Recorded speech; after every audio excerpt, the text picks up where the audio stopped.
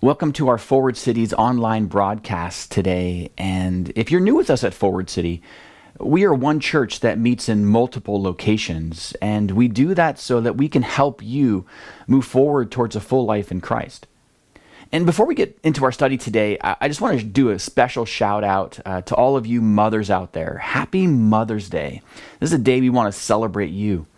But this is also a day we want to celebrate those of you, you may not have kids, but you choose to be involved aunts. You know, your teachers, your mentors, your encouragers to the next generation. And we want to give a special shout out to you today. Thank you for being amazing. Now, in light of this, we just have a quick little video that we want to show you to celebrate you today.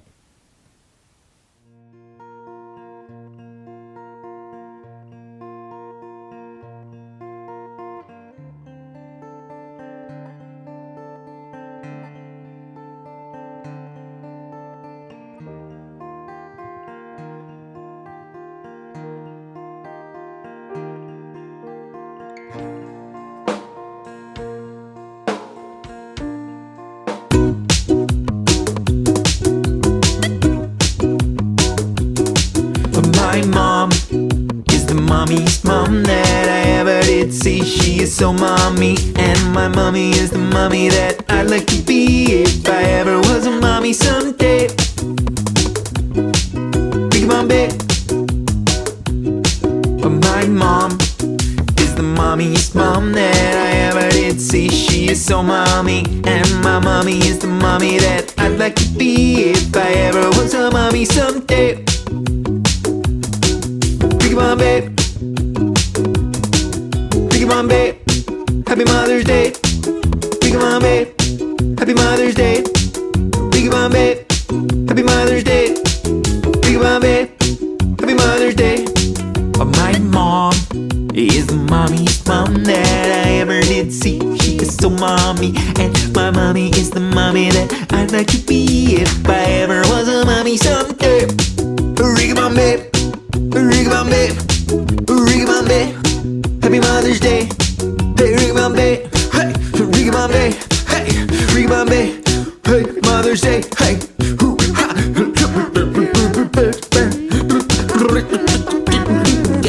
You're the best. You're the best. You're the best. You're the best. You're the best. You're the best. You're the best. You're the best. You're the best. You're the best. You're the best. You're the best. Cha cha cha. Okay, so let's dig into our study today. Now, if you haven't been tracking with us over the past couple of weeks, we are in the third week of a series called I Choose. Now, you don't need me to tell you what you already know, that the choices that you and I make matter. Because you know as well as I do that who we are and where we are today in our lives is largely because of the results and the decisions that we've made before today. And while we can't change our decisions and we can't change our actions in the past, we can take care to make the wise choice today for our future. Because who you are and where you will be in the future is largely influenced by the choices that you make today and going forward.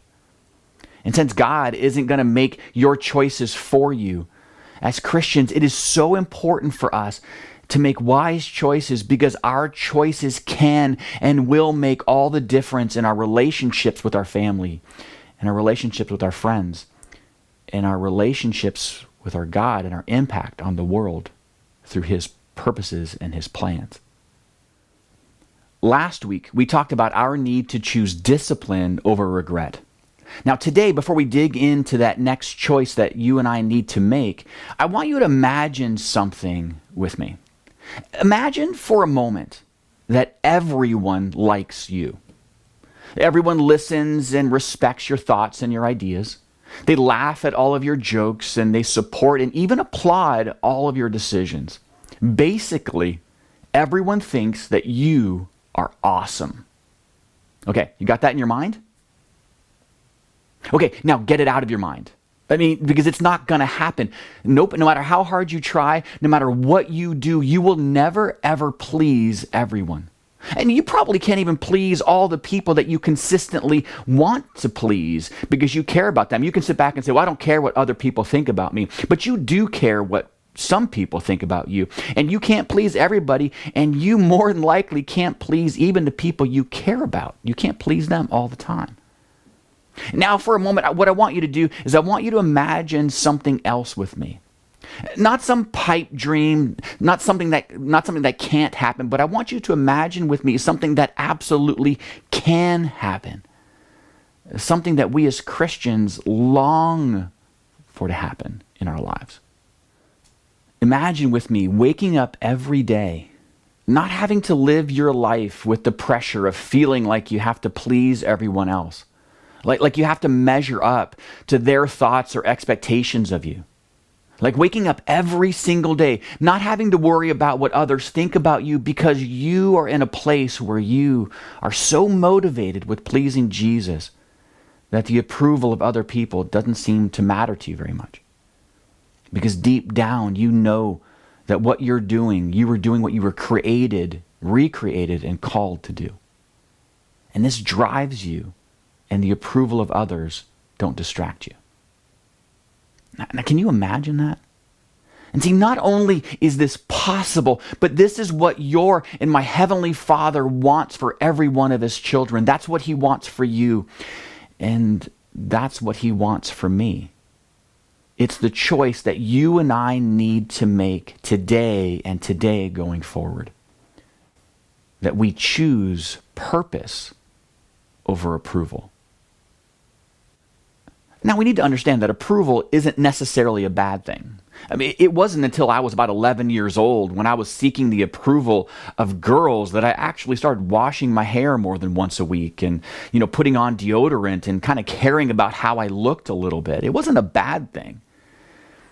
See, the problem is, though, that most of us, without even realizing it, we're living for the approval of other people.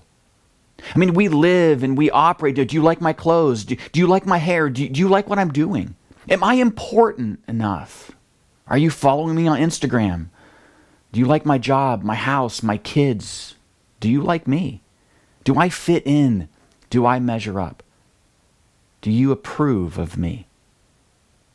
And you've seen it in others and you've seen it in yourself that any time that you are consumed with what people think about you, you tend to forget what God says about you. And when you're consumed with those things, it'll stop you from pursuing the purposes that God has for you. The writer of Hebrews gave us an example of someone who wrestled with this decision, and his name was Moses. Now, before he was the man that God used to lead the Hebrews out of slavery in Egypt, before He used him to lead the people across the parted Red Sea, through the desert, in victory over the surrounding armies, to the border of the promised land that God had promised His people.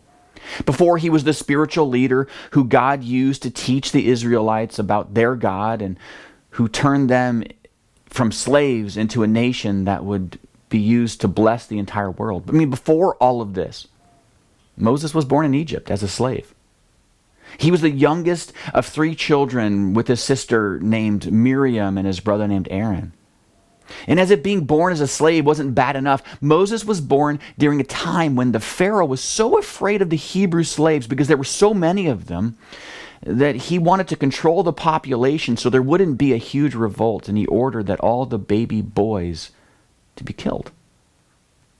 And while thousands of Hebrew babies were thrown into the Nile River by the command of the Pharaoh to die, in a moment of defiance, Moses' mother protected him by keeping him hidden after he was born. And while Pharaoh's men went door to door, after 3 months, she realized that she couldn't hide him anymore.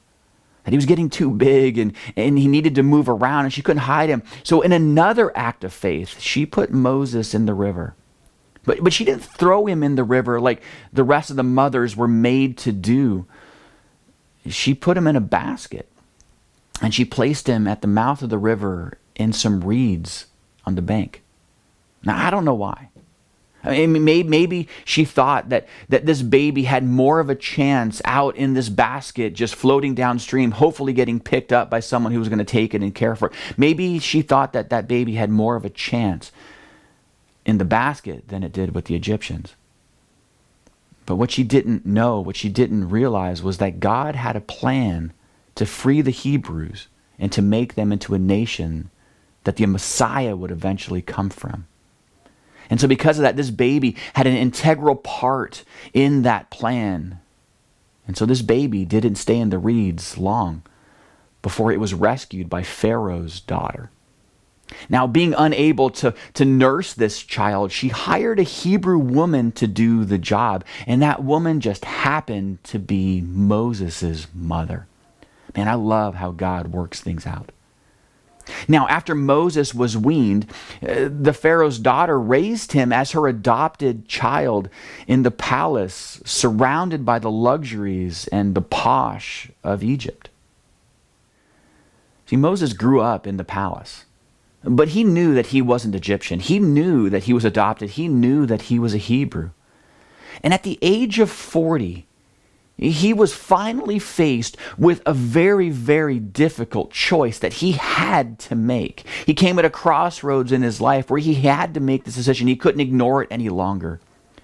And the decision was, what was he going to live for from that day forward? I mean, he could either live for his past, and he could retain the honor and the privileges and the opportunities and the riches and the approval of being the son of Pharaoh's daughter. Or he could choose in an instant to give it all up so that he can identify with God's people. You know, there wasn't a third option. He couldn't choose a middle road. He had to either choose life in the palace or life identifying with the slaves. And in Hebrews chapter 11, the writer gives us his decision. It was by faith that Moses, when he grew up, refused to be called the son of Pharaoh's daughter. He chose, here's our word, he chose to share the oppression of God's people instead of enjoying the fleeting pleasures of sin. He thought it was better to suffer for the sake of Christ than to own the treasures of Egypt. We know from reading the account of his life in the Old Testament that Moses wasn't perfect. I mean, it took him 40 years to get to this point where he chose to identify with God's people. I mean, he had lived 40 years of his life in posh and in luxury as the son of Pharaoh's daughter. And he knew what was going on in the camps, in the slave camps. He knew what was happening there. And yet he chose the approval of his adopted people over what was right. And it took him 40 years to come to that space where he finally made the decision to choose the people of Israel, the Hebrews, his people, God's people, over the approval of his adopted family. But even he didn't do that perfectly. But the writer of Hebrews is summing up his life, even through all of the challenges and even through all the mistakes that he made. They're summing up his life, and they're saying that he consistently, from that point on in his life, chose calling over comfort. He chose God's purposes for him over people's approval. And through that, Moses learned that whenever you are choosing God's purposes for you, it gives you motivation to keep going when things get complicated or uncomfortable, or even when they begin to hurt. Because see, this is so important, because whenever you and I are doing what God has made us and remade us and called us to do, we have a spiritual enemy that will try to stop you and stop me. But as we learn from David and Esther and Mary and Paul and Moses, when you choose what God has saved you and called you to do, when you lean into that purpose over approval, critics can't stop you. Opposition doesn't deter you. Challenges don't slow you down. And comfort doesn't hold you back. Throughout his life, Moses was able to choose God's purposes over people's approval. And the reason why he was able to do this is because it says in Hebrews that he was looking ahead to his great reward. It was by faith that Moses left the land of Egypt, not fearing the king's anger.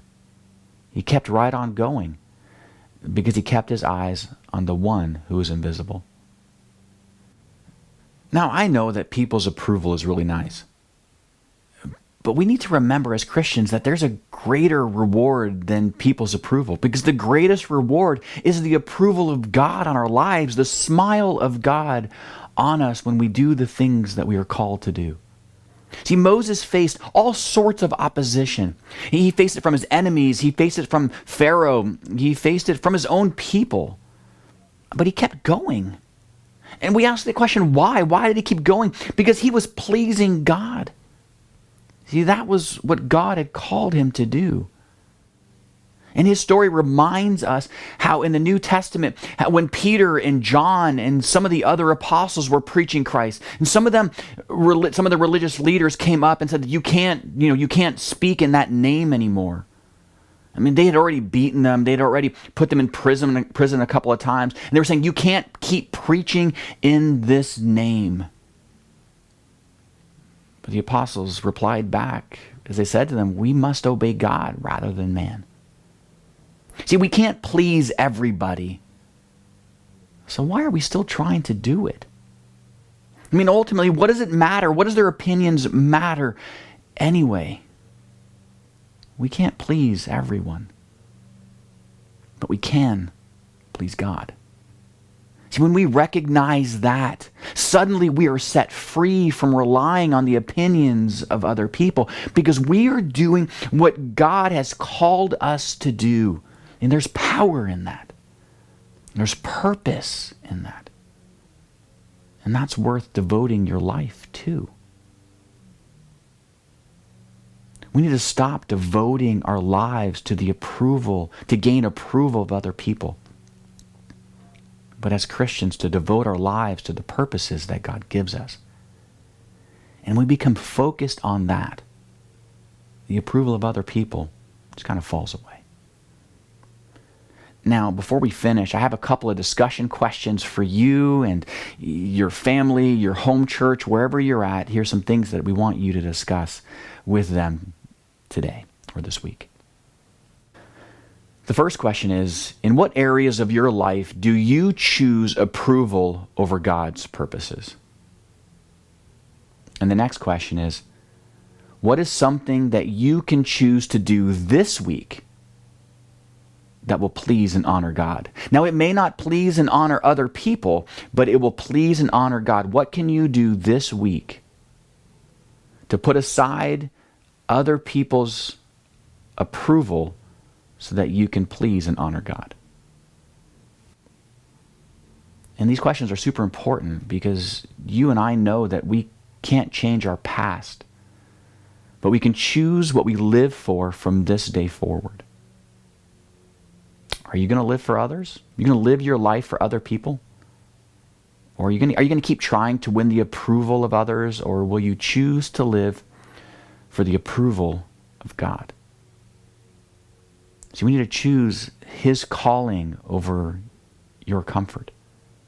You need to lay down your life to serve Him. You need to choose God's purposes for you over the approval of others. I love you, and I hope you have a great week as you wrestle with these questions, as you seek to choose God's purposes for you over other people's approval of you. Have a great week. I love you.